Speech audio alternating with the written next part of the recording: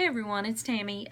This week I'm responding to week 7, our video response with our questions. So this week I'm going to talk to you a little bit about the court case that I reviewed and the how that is now in effect in the area of special education. So the court case that I reviewed was called F.H. versus the Memphis City Schools System in Tennessee. It was in 2014, and this case is actually the Court of Appeals, the case with the Court of Appeals. Basically, it started out with, it's a student who spent all of his years in school in the Memphis City Schools, and he was a student that had cerebral palsy, so he did have a difficult time going to the bathroom by himself. So he was required to have an aide at all times in all of his classrooms to help him with his toileting issues. And throughout his years in school, he was abused several times, and there are a lot of different types of abuse that he endured. Some of it was being left unattended for long periods of time in the restroom by himself. He was physically and verbally abused, sometimes to the point that he would bang his head on the wall. He was ridiculed about his disability, and these were by the aides that were assigned to him.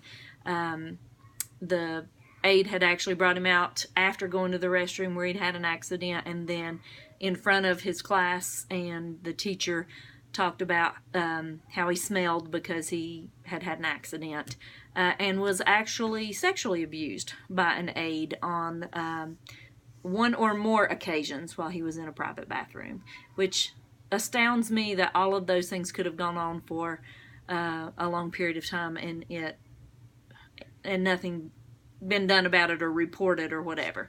And of course, I don't know the extent of when things were reported, how often, any of those kinds of things.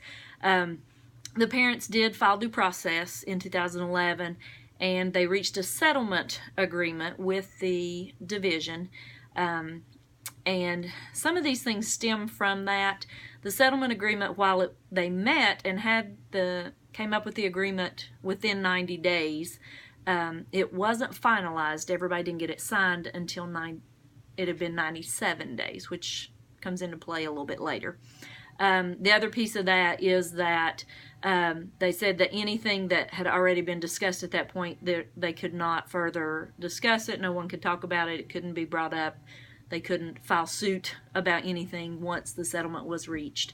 And so that's kind of how things started with the due process. After the due process, though, the family, the mother of this student did go on and file another complaint, this one saying that they had violated, that the acts that had occurred had violated the 14th Amendment, Section 504 of the Rehabilitation, ADA, and that there had been a breach of the settlement agreement because there had allegedly been further acts.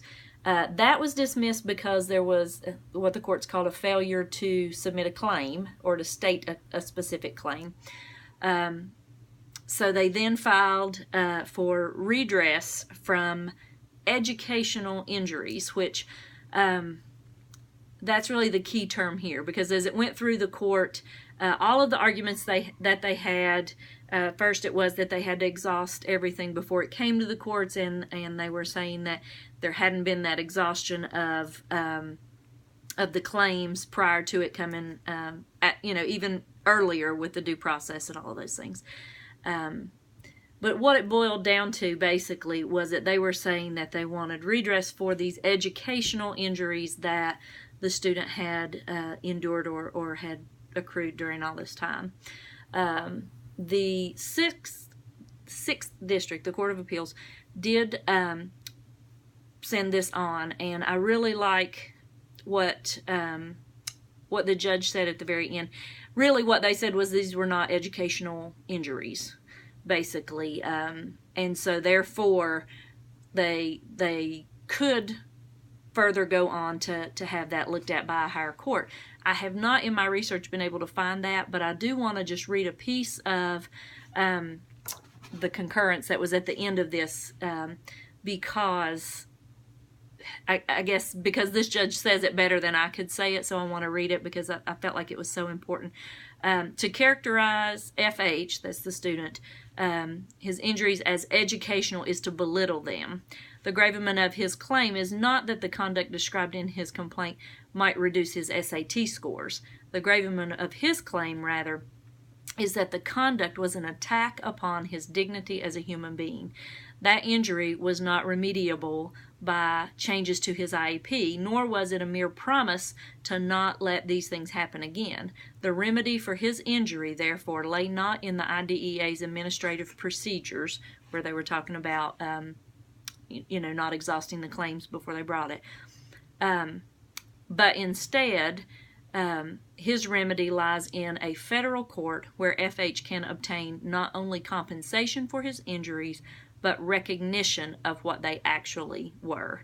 So I really like the way the judge ended that and did, move it on to a federal court, just because what the previous courts were saying was that it was educational injuries and that they'd already kind of settled that and nothing else could be done about that. But they're saying these were not educational injuries, but in fact were in the IEP, none of those things were going to change what had happened. So hopefully, though I haven't in my research found out anything different, but hopefully this young man and his family have gotten some compensation and some of his dignity back from the way he had been treated.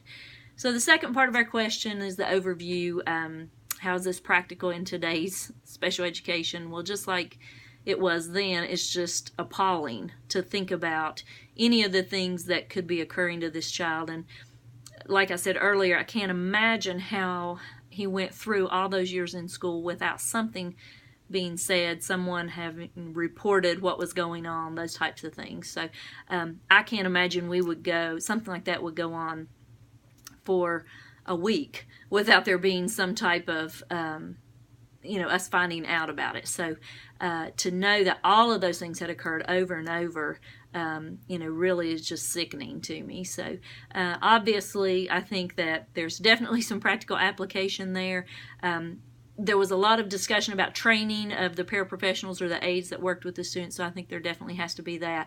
Also supervision of who's in charge of the aides, who are then in charge of the student, those types of things. So I think it really makes you step back and look. We put a lot of faith and trust in the people who work with their students, and I think we have to understand that everybody does not have the student's best interest in mind at times. And so as an administrator, I feel like to me it was saying I have to really be on my toes, making sure I know who's in my building, what's going on in my building, and how students are being affected by the people that I allow in. So I look forward to hearing your comments, and I'll talk to everybody real soon.